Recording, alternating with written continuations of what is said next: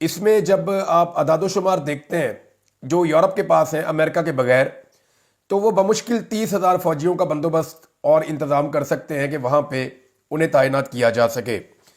تو یہ بڑا مشکل ہے، اور صورتحال اتنی آسان نہیں ہے امریکہ کے بغیر جتنی یورپ کو لگ رہی تھی۔ اب امریکہ کی کمی کا احساس بھی ہوگا، دوسری جانب امریکہ کو بھی تھوڑا دباؤ کا سامنا کرنا پڑے گا، کیونکہ امریکہ کا جو اتحادی ہے وہ یہی مغربی ممالک ہیں، یہ والے جو ملک ہیں نا، یورپی ممالک یا برطانیہ یا آسٹریلیا، یہی تو دنیا میں امریکہ کے اتحادی ہے، اور ان کے بلبوتے پہ امریکہ پوری دنیا کے اوپر رول کرتا ہے، جس چیز کو چاہتا ہے اس کے اوپر اپنی مرضی کا فیصلہ کروا لیتا ہے۔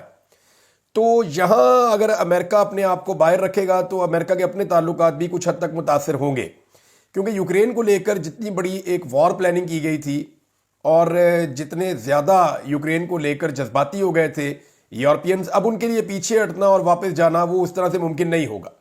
امریکہ جنگ بندی کیسے کرواتا ہے، رشیا کو کن شرائط کے اوپر آمادہ کرتا ہے، اور یوکرین جو ہے وہ اس کو اس جنگ میں کیا کھونا پڑتا ہے، یہ وہ بڑے سوالات ہیں جن کا جواب ہمیں آنے والے دنوں میں ملے گا۔ ان چیزوں کے اوپر ہم نظر رکھیں گے، لیکن جس طرح وائٹ ہاؤس میں ہوا یوکرین کے صدر کے ساتھ، اس طرح تو اللہ کرے کسی کے ساتھ بھی نہ ہو، لیکن پھر ان کی عزت کی کچھ حد تک بحالی یورپ اور برطانیہ خاص طور پہ پہنچنے پر ہوئی ہے۔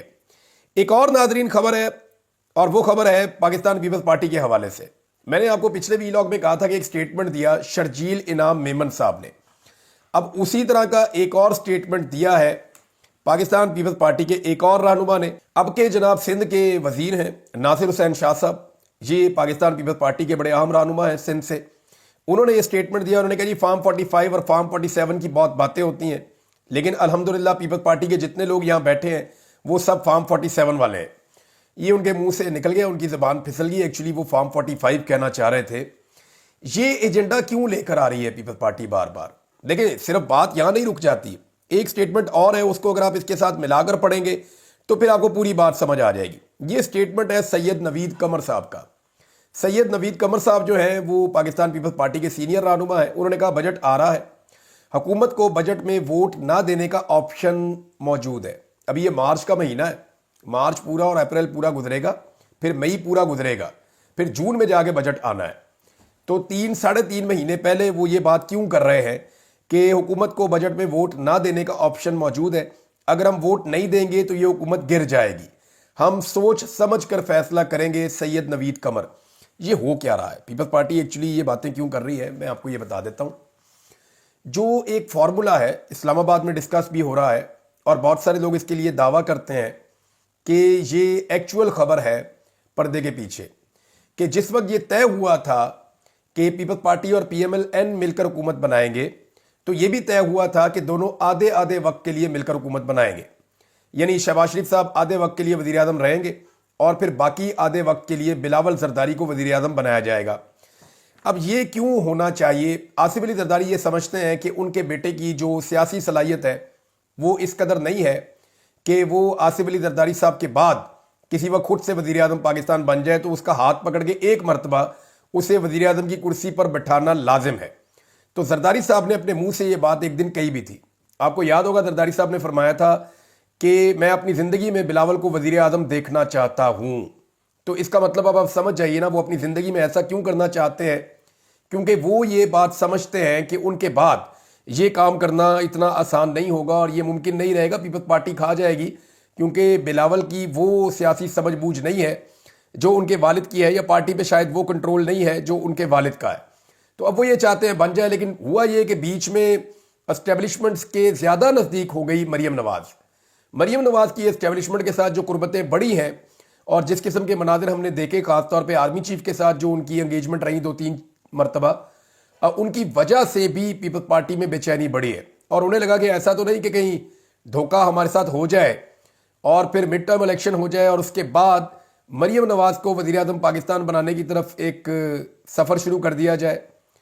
اب یہ پاکستان پیپلز پارٹی کو یہ چیزیں بے چین کر رہی ہیں، تو اس بے چینی جو ہے وہ آہستہ آہستہ دھمکیوں میں بدلتی ہے، اور آہستہ آہستہ جو ہے پریشر بڑھانے کے لیے اس قسم کے سٹیٹمنٹس بھی سامنے آ جاتے ہیں۔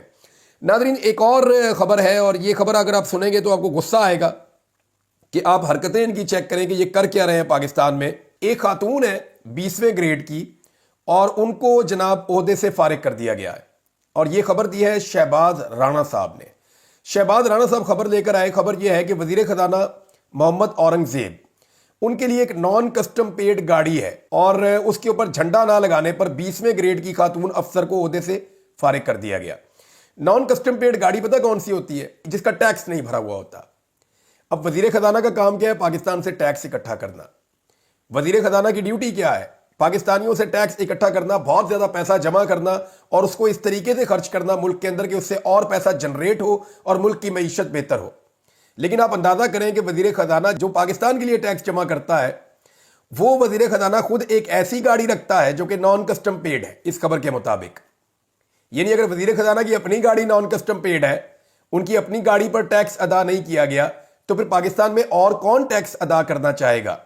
تو نان کسٹم پیڈ گاڑی کے اوپر جھنڈا لگوانا چاہ رہے تھے. اب یہ کوئی سرکاری خاتون تھی، انہوں نے کہا جی کہ گاڑی کے کاغذ ہی نہیں ہے، اس پہ میں جھنڈا کہاں سے لگا دوں؟ تو انہوں نے جناب اس پہ قانونی حیثیت پہ سوال اٹھایا. اس کے بعد وہ جو خاتون آفیسر ہیں ان کو عہدے سے فارغ کر دیا گیا. یہ ہے ناظرین پاکستان میں آوے کا آوا بگڑا ہوا. اب اورنگزیب صاحب کو اس لیے لایا گیا تھا کہ یہ ذرا سیاسی قسم کے بندے نہیں ہیں، یہ اس طرح کی لٹ مار نہیں کریں گے، ان کا کوئی سیاسی موٹیو نہیں ہے. لیکن آپ دیکھیں وہ بھی نان کسٹم گاڑی چلانا چاہتے ہیں روایتی سیاستدانوں کی طرح. یعنی یہاں پہ خربوزے کو دیکھ کر رنگ بدل جاتا ہے اور انہیں اس بات کا پتہ ہے نان کسٹم گاڑی کے اوپر تو ہے، گاڑی تو سستی ہوتی ہے نا، کسٹم بہت زیادہ ہوتا ہے. موجیں کرو، وزارت ہے پاکستان میں، موج لٹو. لیکن وہ ایک بیوروکریٹ ہے، وہ کھڑی ہو گئی اور اس کو جناب عہدے سے ہٹا دیا گیا شہباز رانا صاحب کی خبر کے مطابق. ناظرین ایک اور خبر جو بار بار دی جا رہی ہے کہ آذربائیجان میں شہباز شریف صاحب نے جو بار بار دورے کیے ہیں، ان دوروں کے نتیجے میں آذربائیجان پاکستان میں کوئی $2 ارب کی سرمایہ کاری کرنے جا رہا ہے. دیکھیں یہ خبر دینے سے پہلے نا ہمارے لوگ ذرا سوچتے بھی کم ہیں. آپ دو چیزوں پہ غور کر لیں. ایک تو آذربائیجان کا جو ٹوٹل جی ڈی پی ہے نا وہ پاکستان سے 5 گنا کم ہے.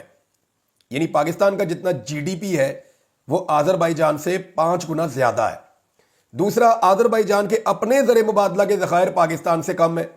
تو وہ اپنے جو اتنے کم زر مبادلہ کے ذخائر ہیں جو انہوں نے بڑی مشکل سے جمع کیے ہیں، ابھی انہوں نے ایک جنگ لڑی ہے کچھ عرصہ پہلے، بڑی مشکل سے ان کی اکانومی کھڑی ہو رہی ہے، وہ اپنا $2 ارب اپنے ملک میں سے نکالیں گے اور لا کر پاکستان میں انویسٹ کر دیں گے اور اس ملک کے اندر انویسٹ کریں گے جہاں پہ اپنے لوگوں کو یہ اعتماد نہیں ہے.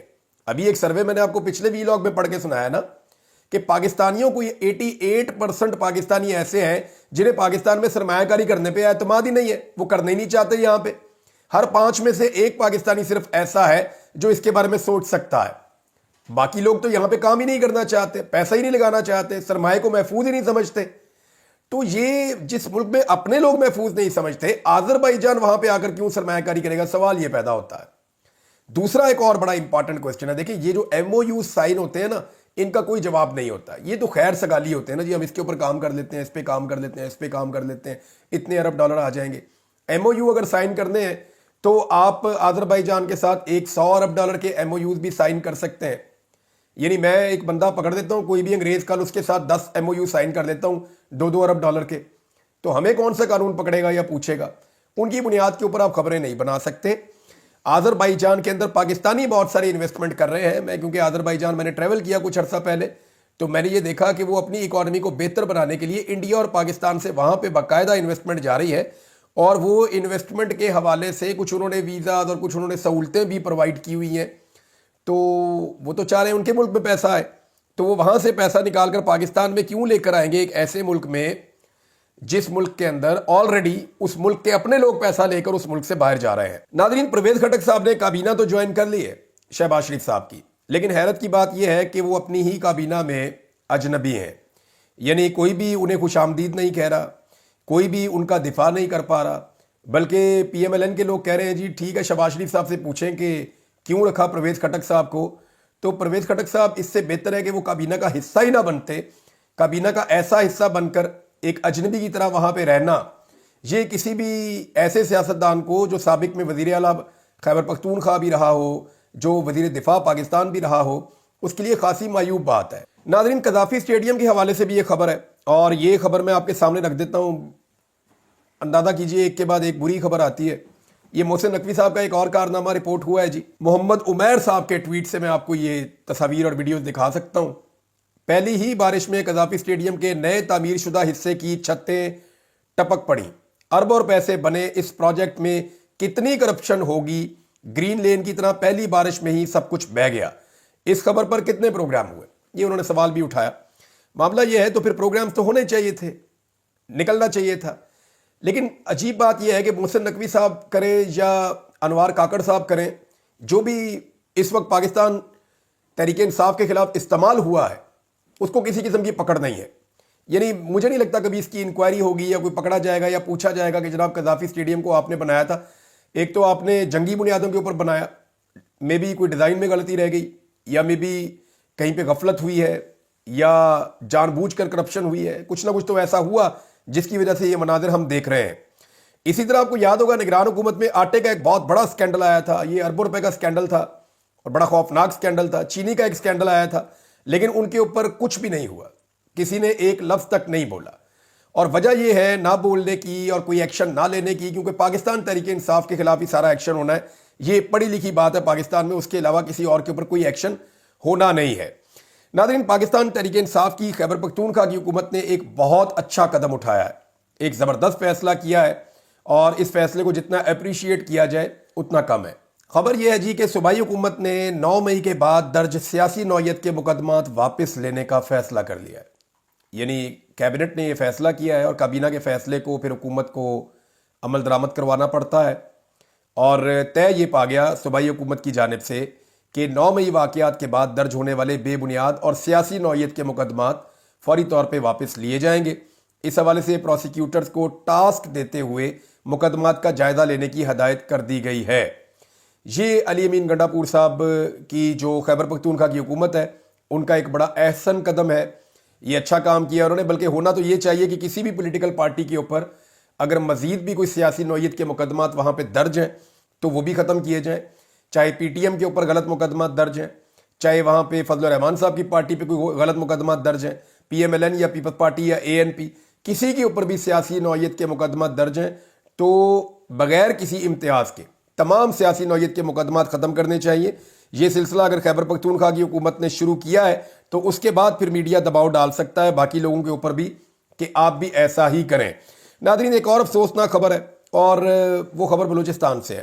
بلوچستان سے اچھی خبریں کم ملتی ہیں اور تکلیف ہوتی ہے بری خبریں سناتے ہوئے بلوچستان کے حوالے سے, لیکن یہ ایک اور خبر ہے. بلوچستان میں پولیس نے پریس کلب کے اندر گھس کے جو ہے وہ اساتذہ کو گرفتار کیا ہے. یہ نوجوان اساتذہ ہیں, یہ احتجاج کر رہے تھے کیونکہ انہوں نے مقابلے کا امتحان پاس کیا اور عدالتی فیصلوں کے باوجود انہیں نوکری نہیں دی گئی. یعنی ابھی ایک آدمی نے خودکشی کی, آپ نے دیکھا, وہ جو خودکشی کیا لاہور ہائی کورٹ میں, اس کے بعد کیا ہوا؟ چند دن لوگ بات کریں گے, اس کے بعد بھول جائیں گے. اب یہ بھی عدالتی احکامات کے ساتھ موجود تھے اور ایک پریس کانفرنس کرنے کے لیے آئے تھے پریس کلب میں کہ جناب ہمیں عدالتی فیصلوں کے باوجود نوکری نہ دینے پر ٹیچرز احتجاج اور پریس کانفرنس کے لیے آئے پریس کلب میں کوئٹہ میں, اور وہاں اندر گھس کر پولیس نے انہیں گرفتار کر لیا. ایسا کبھی نہیں ہوتا تھا کہ پولیس پریس کلب کے اندر گھس جائے, ایسا کبھی نہیں ہوتا تھا کہ پارلیمان کے اندر گھس جائے, ایسا کبھی نہیں ہوتا تھا کہ عدالت کے اندر گھس جائے. کچھ احترام ہوا کرتا تھا کچھ جگہوں کا, لیکن وہ احترام بدقسمتی سے اب ختم کر دیا گیا ہے. اور یہ جو بلوچ اساتذہ ہیں یہ نوجوان ہیں, اب یہ درس و تدریس کے لیے کام کرنا چاہتے ہیں, تعلیم کے لیے کام کرنا چاہتے ہیں, تو ان کے ہاتھوں میں کتابیں قلم یہ چیزیں اچھی رکھتی ہے. لیکن جب آپ انہیں دیوار کے ساتھ لگائیں گے, پریس کلب میں گھس گھس کے ان کو گرفتار کریں گے, ان کے ساتھ زیادتی کریں گے, ان کو نوکریاں نہیں دیں گے, تو آپ ان سے کیا چاہتے ہیں؟ دیکھیں, بلوچستان کا نوجوان پہلے ہی بڑا مایوس ہے. ہمیں اس کا ہاتھ تھامنا ہے, ہمیں اس کا سہارا بننا ہے اور اسے مین سٹریم میں لا کر پاکستانیوں کی طرح, جیسے پورے پاکستان میں ہر جگہ نوجوان کی عزت ہے, ویسے انہیں بھی عزت اور وقار کے ساتھ پاکستان کے ساتھ ملا کر چلانا ہے. اور یہی پاکستان کے آگے بڑھنے کا ایک طریقہ کار ہو سکتا ہے. لیکن یہ جو رویہ رکھا گیا ہے بدقسمتی سے, اس رویے سے تو فاصلے بڑھیں گے نا, اس رویے سے شکوے شکایتیں اور نفرتیں بڑھیں گی. تو ان رویوں کو ترک ہونا چاہیے. بلوچستان کی گورنمنٹ کو ہوش کے ناخن لینے چاہیے.